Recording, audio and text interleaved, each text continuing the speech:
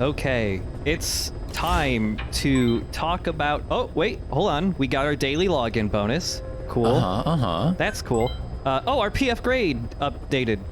We got PF points. Cool. There's so many points. Oh, wait, my PF grade decreased from C to C minus. Oh, okay. And my worldwide ranking went... my espionage rating up. It's the same, but it went down a little bit. Okay. Cool. Well, anyways... Oh, wait. There's an FOB event underway. All right. All right. Cool. Cool. Oh, yep. Reminding me how many Mother Base coins I have. This is part of the reason why when I've been doing the Let's Play, I've disconnected the game from the internet, because those happen all the time. Oh, look, there's my daily bonus, 35 Mother Base coins. Hooray. Hey, that's a third of $1. Yeah. So there's a million new menu things for this online stuff, so we're gonna go, unfortunately, through a lot of menus. But now that we have a security team, we have guys to defend all of our FOBs. You can change what types of equipment they're using to defend your base. So when you're developing items, anything that has green text for its name, that means it's something the security team can equip. And we can also develop defenses for our bases now, like IR sensors, surveillance cameras, drones, like the ones from Metal Peace Gear Walker. Solid 2. Yeah. And okay. Yeah, very similar to the ciphers as well, though. This stuff is neat, being able to develop generally the obstacles in a normal Metal Gear game to defend your stuff. I like it. And then there's a lot of stuff for security settings. So you can set these up for each FOB and also each strut of each FOB. So each strut of each FOB has a different defense level. Everything is just level 5 right now. You can see it has 8 D rank dudes assigned to it with rank 1 gear, and we also have that sucks. We have 10 mounted gun turrets on our base. You can just, if you don't want to get nitty gritty with the details, you can just go in general, just tell them to get to a certain level preparation, and each one costs more GMP to do per strut. But you can also get really specific and say if you want them to use lethal or non-lethal weaponry, what rank of soldiers you want, how much equipment and security devices you want per strut, per device. We don't have the capability unlocked, but you can even manually place where mines and security cameras are in your base, which is pretty neat. You can also designate which zones here of each strut are the important zones to defend. So your guards will focus there, as well as all your security devices will get more focus in those points. You can spend a lot of time setting up defenses for your base. I'm not gonna do that right now because it could take me a fucking hour to do. But you can be, in a sense, a Metal Gear level designer. To a certain point, yeah. Kind of. Oh, hey, do you want to sign up for... With a little, procedural magic behind the scenes. Yeah. Hey, all, do you want to get insurance for your mother base? Well, you can. So it costs Mother Base coins. 3-day insurance is free the first time. 14 days is 300 Mother Base coins. First taste is free, baby. Yeah, man. So yeah, when people invade your base, if they Fulton your soldiers on your FOB, they take your soldiers and you lose them permanently. I would definitely hang out all my worst soldiers to dry. Yeah. Please take Sadistic Vulture. Fuck him. Yeah, please take Seething Crow especially. Good lord. Oh, wait, a network error occurred. Uh-oh. So this isn't even the main multiplayer, but they have a separate thing over here where basically each day of each week, it matches you up with different players and just compares numbers between your FOB and another player's. And it does 2 matches with each person, one where you're attacking and one where you're defending. And then it just sees whose number is bigger. And then if you win, you get PF points, which you can use to buy stuff. This is pretty similar, honestly, to like the outer ops from Peace Walker, except with other actual people. This person's emblem says "punished naked." Yeah, why not? Sure. Everybody likes to have a good time. Yeah. But you can see, like, you know, upcoming matches that haven't happened yet. And if you go like, oh shit, their numbers are definitely bigger than mine, well, that's okay, because in the upper right, we have liquid carbon missiles and anti-ballistic missiles, which you can use to just make your numbers way bigger. But they're consumable items that I think you can just straight up fucking buy them if you want with real money. Yeah, with Mother Base coins. You can also develop them over time, though, because some soldiers that you get will have, like, anti-ballistics missile 1, 2, or 3, which is, like, when you get them, they'll make missiles for you. But yeah, those PF points you get from all those matches you can use to, like, buy really good, like, S++ soldiers or more resources. And it's like, it's worth checking in on it because you don't have to do anything. And if you come back after 6 months like I did, I had like 60,000 points and I used to get like hundreds of thousands of resources, which was pretty nice. Oh boy. But anyways, the actual FOB missions where you invade other people. Here it is. You can't specifically go after people, you're just given random opponents. Either people of a similar rank or people way higher rank than you. There's retaliation targets, which is like if somebody invades your base and they succeed and get away, they'll get added to this list so you can go back and fuck them up. Oh, well, that's good. That's nice. And there's also indirect retaliation targets because you can be friends with other players as well and defend their bases if they're getting invaded and they're not playing. And so people can indirectly get added to that list. There's also FOB events, which are like basically just missions that they aren't against other actual players. Those get cycled out every month or so. They still get cycled out now, which tells me Konami has like one person in a basement managing the Metal Gear Solid 5 servers. But if you're about to invade someone's base, before you go in, you can make it easier by sending in your soldiers to fuck up different parts of their base. This is basically just like the normal outer ops stuff, but with somebody else's base. You can send vehicle escorts, and that just makes it so that your guys are less likely to die because they have support. You can destroy like their armory or kill their dudes or destroy like their security cameras and mines and stuff. You do get rewards for doing this too, like as an outer op mission. Unfortunately, some of my dudes fucking died. No. You have to send lots of guys if you want to do a lot of those multiple dispatch missions. I had to send like 30 dudes to that person's base. And yeah, you just get to choose from a couple different landing points depending on which like strat you decided you want to invade. Another thing is when you're doing FOB stuff, you get more rewards if you shittier soldiers. So I would get double the rewards if I had used Seething Crow. Yeah, but then you wouldn't win because he's Seething fucking Crow. Yeah. They also added updates like last year to play as Ocelot or Quiet in FOBs. Nice. They have different stats, but they play the same in FOB stuff. You can play as Ocelot and Quiet in Metal Gear Online as well, and they actually have some of their like own like unique abilities. But here they play the same basically. We're gonna play as the best soldier in the entire game we have right now, which is this S-ranker dude. And we have 3 different balaclavas for some reason. This one looks like it helps the most, so sure.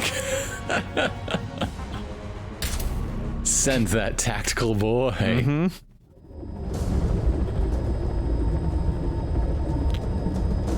Successfully sneak your way into the heart of the rival PF's FOB, and you can capture staff from them.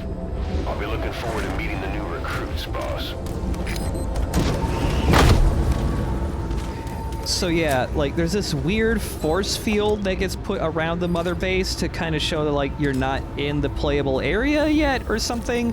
But also there's a time limit to these missions. So like mother base, this base will lock down and it'll get blockaded in about 18 minutes, which means like you cannot escape and like you lose. So you do kind of have to rush a little bit. One of the reasons why this video is kind of short, though, is because, you know, it's almost 4 years since this game released. There are still people playing this online, but not a lot. And so a lot of the bases you'll find are people who bought this game on a Steam sale and they've never touched their base at all, really. It's very hard to find bases that are, like, fully decked out, or at least, like, decked out enough to show this stuff off super well. This base, I mean, I did kill some of the soldiers on this base with my own dudes, but, like, there are literally no soldiers on this base now. There are drones. But they got drones. They do have drones. Something. They got drones, and they have other security devices around, but it's still going to be quite easy to sneak through here. It is interesting, though, that there's a lot of, like, level mechanics that are exclusive to some other base stuff. Like the infrared sensors, all these drones and stuff, you never see them in the single player. And I think that's a little bit of a bummer, because it could add a little more variety to the main missions if that stuff existed. Also, these mines here are anti-theft mines. Basically, they're just like car alarms. Like if you were Please don't steal my anti-aircraft gun. Yeah, if you try to Fulton anything that has that anti-theft device, it'll like make some noise, and I think it also like pops the balloon the first time too. But yeah, it gets harder to steal stuff. And yeah, literally though, no soldiers. I would have thought the people left online at this point were the like real diehards who are investing a hell of a lot just to show off. Yeah, there are those people, but the issue is, uh-oh. I thought it was far away enough from this mine, but the area effect of these mines is way larger than I thought. So, whoops. Also, you like, compared to getting knocked out in the single player, you really gotta fucking mash the button to wake up from those. I can find a decent amount of, oh shit, of mother bases that are like super decked out, but the issue is they are so decked out it's literally impossible for me to like win at this point in the game. Right. Because like the tactical boy has won. Yeah, no rewards there, but even if you don't steal anything, you still get a bunch of resources, and you get guys to... You just recruit some of that person's soldiers no matter what, even if you don't steal them. Wow, I'm number 1 in my group ranking because no one's playing. Hell yeah! Yeah, you can get like... I like the idea that you captured these people off this base. They come to your base and they're like, wait, this is all really familiar. Yeah. You call yourselves Diamond Dogs too? Wow. Weird. Yeah, we got like 20 dudes from this, just from beating the mission. More than 20. Good lord. Yeah, here's another base. This actually has some soldiers on it. But yeah, part of the issue is like when this game first released, weapons could get developed up to a rank of like 6 or 8, and then through lots of patches to the multiplayer, they added more and more increasingly powerful weapons, so that there is just a constant arms race to keep playing your base, like keep upgrading your base so that your shit wouldn't get stolen. So now weapons go up to rank 15. And like rank 15 weapons, like each weapon costs like millions upon millions of GMP and thousands of resources to make. And like there's a point where it's like this base, every single soldier is wearing the heavy armor. So it's hard to kill them. They don't have helmets on, at least, but the best version of that armor caused soldiers to take like a shitload of hits, because they also the later versions also have helmets, so you couldn't headshot them. But then they patched the game to add an even stronger version of an armor-piercing sniper rifle that could kill those guys in one hit, regardless of where you shot them. And so it was just like every like couple of months, it was just like, okay, we added a new gun that annihilates everybody. And they're like, okay, we added new armor that makes that gun useless. And it just kept going back and forth like that. And it's like, I like this mode. I think it's neat. But also, I stopped playing it because the amount of time you have to spend to keep up with everyone else's gear is absurd. Because the only way to make the huge amount of money and resources you need to make the stuff to catch up is by playing this mode a shitload. And the other thing is, like, even if you have, like, S++ guys, and it's like, that's the only rank of dude you have, and they have completely filled up all your bases, and you've, like, filled up 2 FOBs with all those dudes, it's still like, oh, you're still not a high enough rank to make the absolute best sniper rifle. You need to get another FOB, a third one. And it's like, well, that costs $10. No, thank you. Yeah. It's the part that feels like Konami leaned into it real hard, going like, you need to make more money!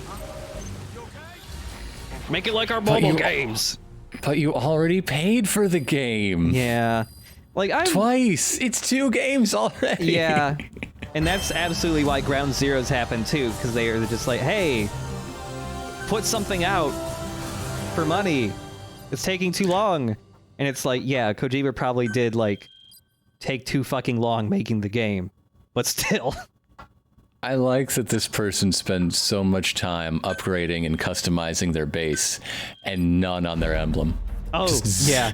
Did not touch the emblem. Yeah, not at all. And yeah, there's a bunch of, like, little point bonuses you can get while infiltrating these bases and stuff that gets you more rewards too, just like in normal missions. But Frantic Agama. Ooh. But yeah, that's the FOB stuff. We might come back later in case I find any really cool bases that have an appropriate amount of defenses for where I am in the game right now. Because I'm never going to get to the point where I can truly combat the best dudes. Like, some of the best people who are still, like, playing this have, like, you can see how many times they've won, and they've won, like, 3,000 times. I'm not gonna do that!